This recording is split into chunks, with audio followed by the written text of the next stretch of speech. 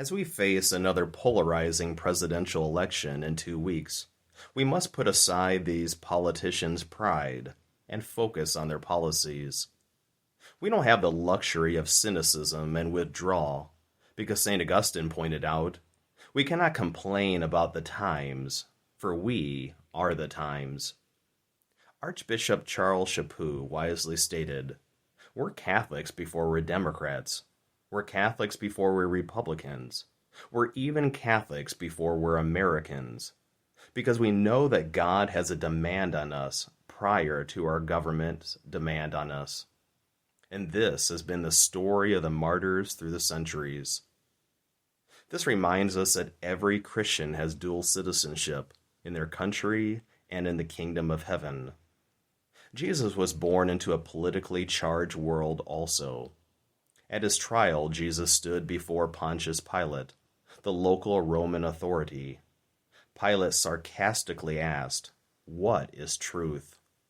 Truth in our society is redefined again and again through the shifting sands of public opinion in what we call relativism. Pope Benedict XVI said, "At the heart of every culture is a consensus about the nature of reality and the moral good, and thus about the conditions for human flourishing. In America, that consensus, as enshrined in your nation's founding documents, was grounded in a worldview shaped not only by faith, but also a commitment to certain ethical principles deriving from nature and nature's God. Today, that consensus has eroded significantly. Without truth, we have no equality. Thomas Jefferson penned the Declaration of Independence, believing that our nation was founded on God-given truths. We hold these truths to be self-evident, that all men are created equal, that they are endowed by their Creator with certain unalienable rights. We are not equal in talent or 100 other categories.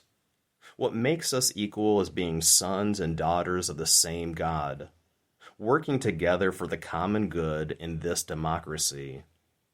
If we love our democracy, then we must save it by remembering these 4 points. First, Venerable Archbishop Fulton Sheen wrote, "A democratic state is built up from below, that is, from families and persons, each with inalienable rights. The totalitarian state is built from above, by the edict of law or the decree of a dictator.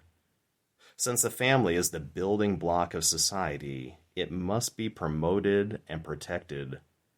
Second, St. Paul wrote, "If anyone will not work, let him not eat." A democracy only works when we do.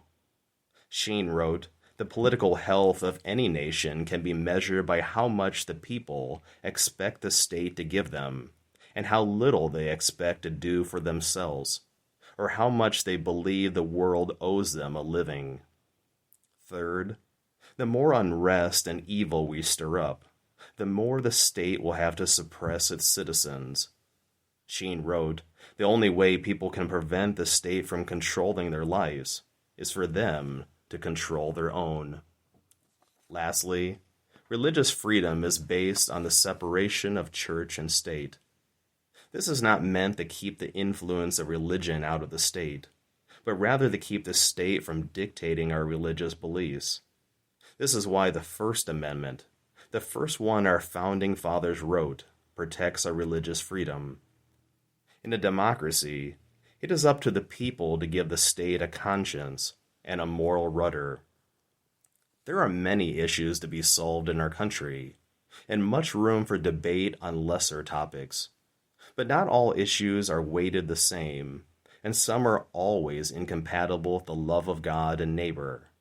These intrinsically evil acts must always be rejected and never supported. The most obvious example is abortion. St. John Paul II said, "Sometimes evil is falsely considered a right that ought to be protected, which makes the matter even more serious in the eyes of God."